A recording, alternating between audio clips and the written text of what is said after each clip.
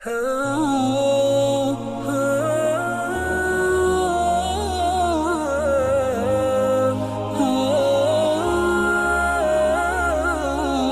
دفعہ جاری کرنا بھی پڑتا ہے. بعض دفعہ یہ تو میں نے ایک لطیفہ سنایا, ہمیشہ ایسا نہیں ہوتا کہ آپ جو بیگم کہہ رہی ہے مانتے چلے جاؤ.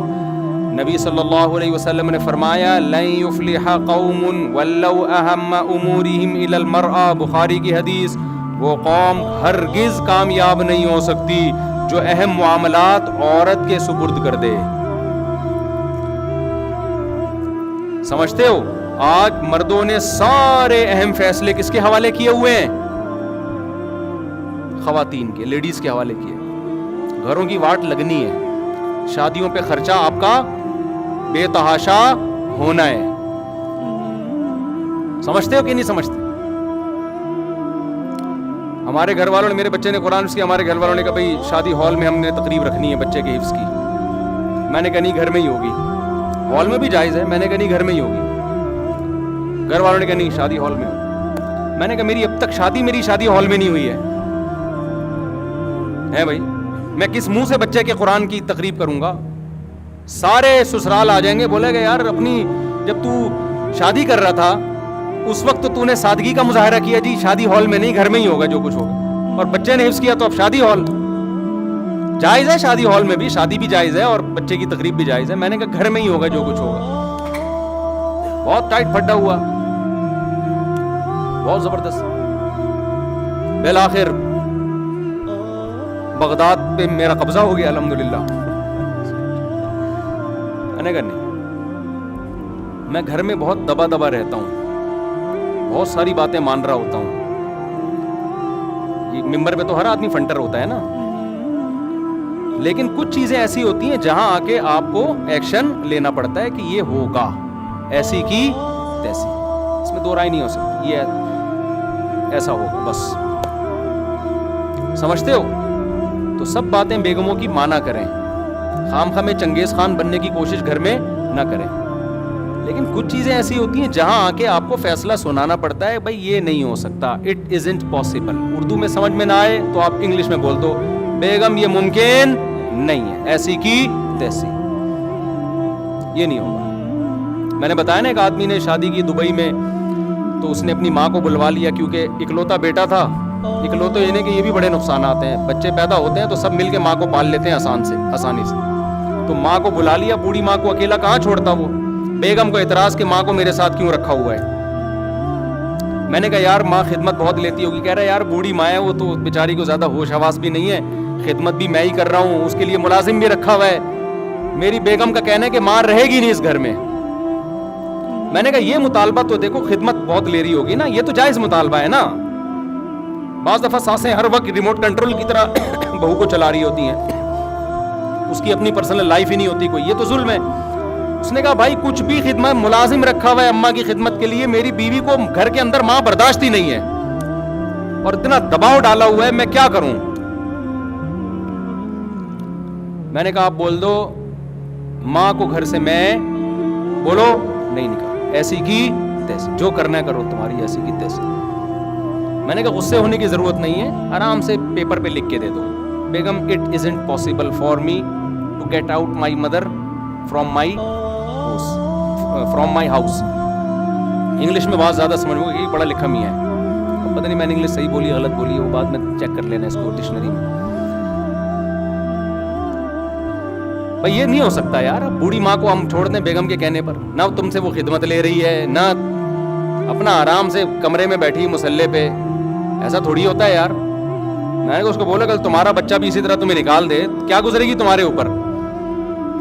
کہہ رہے میرے بچے رول جائیں گے اگر میری بیوی چھوڑ. میں نے کہا بچوں کی ایسی کی تیسی.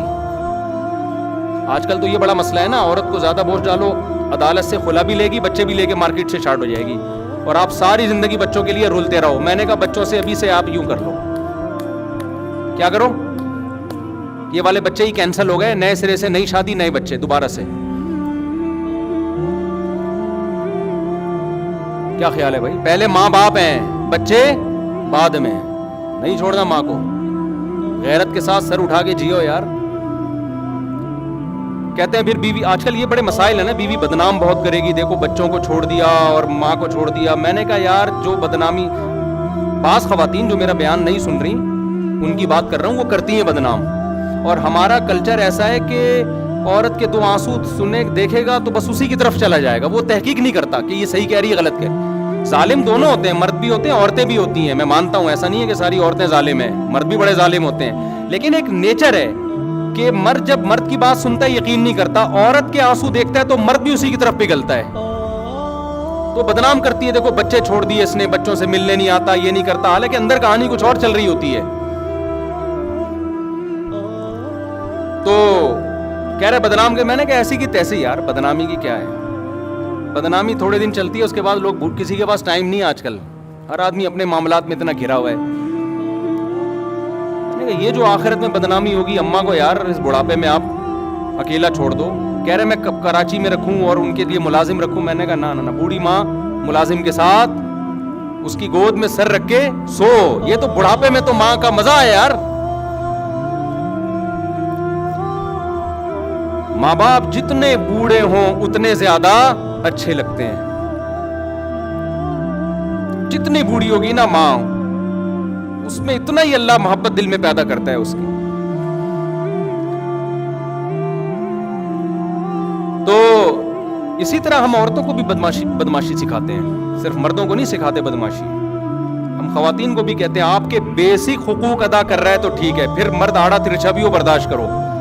اگر کمبخت بیسک حقوق ہی ادا نہیں کر رہا, کماتا ہی نہیں ہے سالہ, کھلاتا ہی نہیں ہے, اپنے خرچے پہ, اپنے سسرال کے خرچے پہ پل رہی ہو, پھر میاں سے محبت یا اس کے حقوق کی بالکل بھی ضرورت بولو نہیں. میاں بیسک حقوق نہیں اگر اٹھا رہا ہے, محبت آئی love you, I love you, جب خرچہ نہیں ہوتا. یہ جو خواتین شوہروں سے پریشان ہوتی ہیں نا, یہ رومانس نہیں ہے, رومانٹک قسم کے نہیں ہے, محبت کے ساتھ, بھائی یہ سارے حقوق ادا کر رہا ہے, اس لیے اس کو آئی لو یو کہنے کی ضرورت ہے نہیں. یہ جو بوائے فرینڈ ہوتا ہے نا, جو آئی لو یو کی گردانے, اس کمبخت نے دھیلا بھی خرچ نہیں کرنا ہوتا آپ کے اوپر.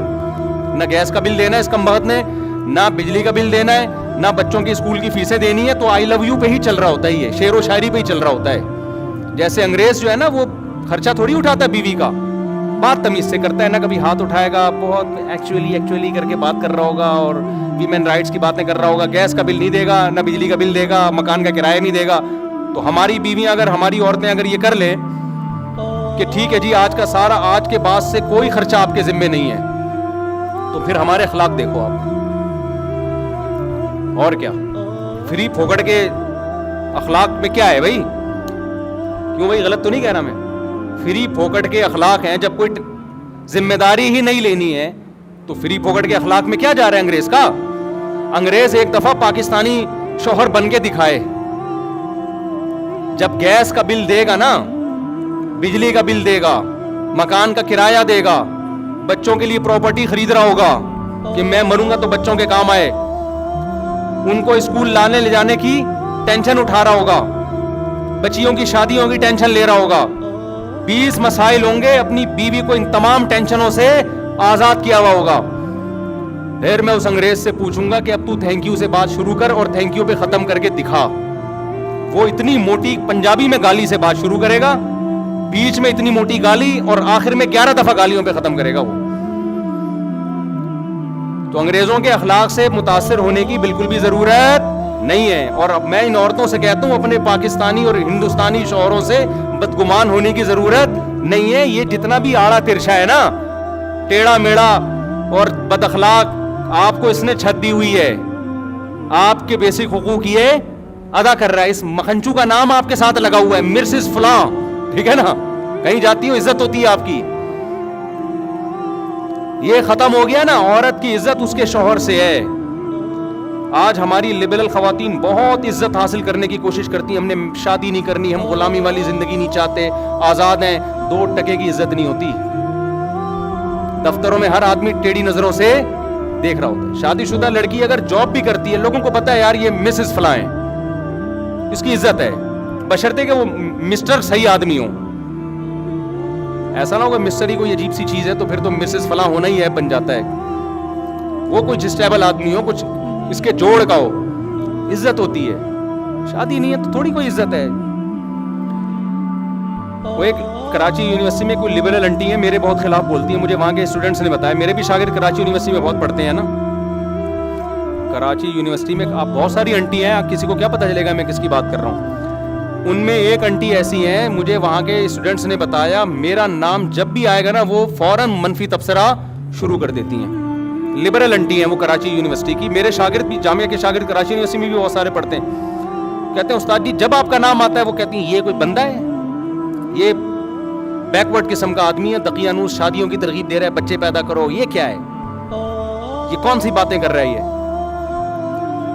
تو مجھے کل ایک طالب علم بتایا کہ وہ میری جو مس ہیں, ٹیچر ہیں, وہ بہت آپ کے خلاف ہیں اور وہ شادیوں وادیوں کے. میں نے کہا اپنی ٹیچر سے نا جا کے احترام سے کہنا ہے کہ مس آپ بھی شادی اب کر لیں. حقیقت بتا رہا ہوں, ہم آپ کو ٹیچنگ سے منع نہیں کر رہے, لیکن کائنڈلی آپ بھی مفتی صاحب کا بیان سنیں اور فوراً سے پہلے کسی بندے کی پہلی بیوی بن جائیں. پہلی والا نہیں مل رہا تو دوسری بن جائیں آپ, کیونکہ یہ جو آپ کے گریڈ ہے نا یونیورسٹی میں ابھی, یہ ریٹائرمنٹ کے بعد یہ آپ کے کسی کام کے نہیں ہے. نہ یونیورسٹی آپ کو پوچھے گی, نہ ملک آپ کو پوچھے گا, نہ قوم آپ کو پوچھے گی. بڑھاپے میں ریٹائرمنٹ کے بعد آپ نے جو تنہائی میں زندگی گزارنی ہے نا, وہ ہمارے استاد جی نے کہا ہے وہ بھیانک آپ کا بڑھاپا ہمارے استاذ کو ابھی سے نظر آ رہا ہے. یقین نہ آئے تو ذرا لبرل انٹیوں کا سروے کر کے دیکھ لو, جنہوں نے جوانی ایجوکیشن اور جاب میں گزاری, نکاح کو انہوں نے ترجیح نہیں دی, ان کا بڑھاپا اور کیسا, اور بڑھاپا کا مطلب 90 سال نہیں, 50 55 بس. سمجھتے ہو کہ نہیں سمجھتے؟ تو میں نے کہا اپنی استانی صاحبہ کو احترام کے ساتھ کہہ نا اپنی ٹیچر کو کہ مس آپ بھی کبھی سنجیدگی سے مفتی صاحب کے بیانات سنیں, اور کائنڈلی آپ کے اسٹیٹس کا, آپ کی پروفائل کا, آپ کو اگر کوئی کمارا چھڑا چھاٹ نہیں مل رہا تو مفتی صاحب کا بیان سنیں, کسی پروفیسر سے دوسری بیوی بن جائیں آپ پروفیسر کی. سمجھتے ہو؟ وہ آپ کے لیے زیادہ بہتر ہے. ہم آپ کو یہ نہیں کہہ رہے کہ ٹیچنگ چھوڑ دیں آپ, لیکن اس کو پہلے فوکس کریں, یہ ضرورت آپ کی زیادہ ہے, ورنہ آگے ریٹائرمنٹ کے بعد بہت بھیانک بڑھاپا ہے آپ کا. پھر یقین نہ آئے تو میں بہت ساری انٹیوں سے ان کی ملاقات کروا دوں گا کہ جنہوں نے ٹیچنگ کو اور جاب کو ترجیح دی, شادی کو ڈیلے کیا, جس کے بعد اب وہ ترس رہی ہیں, عذاب میں زندگی گزر رہی ہے ان کی. نیچر سے بغاوت مت کرو میرے بھائی. میں نے کہا نا ڈاکٹروں نے انڈے چھڑوا کے لائے کس پہ, ہمیں انڈوں پہ سیٹ کر دیا نا کہ انڈے کھاؤ. اب گایوں اور دمبوں کی چربی چھڑوا کے ڈالڈا پہ سیٹ کیا, اور کچھ دنوں میں آ جائیں گے دوبارہ کس پہ. تو اسی طرح یہ جو فیملی پلاننگ کی باتیں کر رہے ہیں نا کہ عورت بچے پیدا کرنے سے کمزور ہوتی ہے, سب ڈرامے بازی ہے. یہ تو نیچر ہے عورت کی اولاد پیدا کرنا. کل انہوں نے اسی پر آنا ہے کہ عورت کی صحت کس میں ہے, نسل بڑھانے میں ہے. دیکھ لو اپنی نانیوں دادیوں کو 90 سال زندہ رہی تھیں, ان کو تو جانتی بھی نہیں تھی یہ حمل روکنا کیا ہوتا ہے. زیادہ اچھی لائف انہوں نے صحت کے حوالے سے بھی, مینٹلی بھی زیادہ اچھی لائف گزاری ہے. تو وہ یونیورسٹی کی جو ٹیچر صاحبہ ہیں, میں نے اپنے شاگرد سے کہا ان سے کہنا کہ میں آپ کو بہت ساری لبرل انٹیوں سے ملوا سکتا ہوں. ریٹائرمنٹ کے بعد دیکھو ان بیچاریوں کا حال کیا ہو. ہماری دادیاں نانیاں تو کچھ بھی نہیں آتا تھا ان کو, پڑھی لکھی نہیں تھی, کیسی بادشاہوں والی زندگی گزاری ہے بھائی. بہویں بھی ہیں, داماد بھی ہیں, پوتے بھی ہیں, نواسے بھی ہیں, سب نے مل کے بڑھاپے میں خدمت کی ہے. عزت بھی ملی ہے. عزت عورت کو اپنے خاندان سے ملتی ہے, باہر سے نہیں ملتی. کمپنی آپ کو جب تک عزت دے گی جب تک آپ کمپنی کے کام کی ہو. میڈم صاحبہ, کمپنی آپ کو جب تک عزت دے گی جب تک آپ کمپنی کے کام کی ہو. جب آپ کمپنی کے کام کی نہیں, وہ ہو سکتا ہے سال میں ایک آدھ دفعہ تقریب میں آپ کو ہار پھول بھیج کر دیے جائیں, اس کے بعد کوئی بھی نہیں پوچھتا. یہ جتنی سیلیبریٹیز ہیں نا جو مشہور جن کو بڑے بڑے ایوارڈ مل رہے ہوتے ہیں, ان کی عزت صرف اسی وقت ہوتی ہے جب ایوارڈ دیا جا رہا ہے. اس کے بعد گھر پہنچنے کے بعد یہ ویسے کے ویسے بیٹھے ہوئے ہوتے ہیں, نہ داماد ہیں, نہ بہویں ہیں, نہ بھائی ہیں, نہ بہنیں ہیں, کوئی خاندان ہی نہیں ہے بیچاروں کا. 4 شادیاں کر لو, بڑھاپے میں عزت ملے گی تمہیں. جوانی میں تو پھڈے ہوں گے, صحیح بتا رہا ہوں میں. جوانی میں تو حسد جیلسی سب کچھ ہوتا ہے نا, بیویاں لڑیں گی. تھوڑی عمر زیادہ ہوگی وہ کہیں گی اب کیا رہ گیا لڑنے کے لیے, اکلوتا میاں ہے ہمارا. آپ کو رینٹ بندہ نہیں لینا پڑے گا, کرائے پہ جاپانیوں کی طرح تنہائی دور کرنے کے لیے بندہ بلانے کی ضرورت بولو نا نہیں ہے. بچے ہوں گے آپ کے یار, کتنے ہی نالائق بھی پیدا ہو گئے, ایک آدھ تو کام کا نکلے گا نا. اول تو انشاءاللہ سارے کام کے نکلیں گے, لیکن فرض کر لو یار اگر 2 بچے ہوئے وہی بگڑ گئے,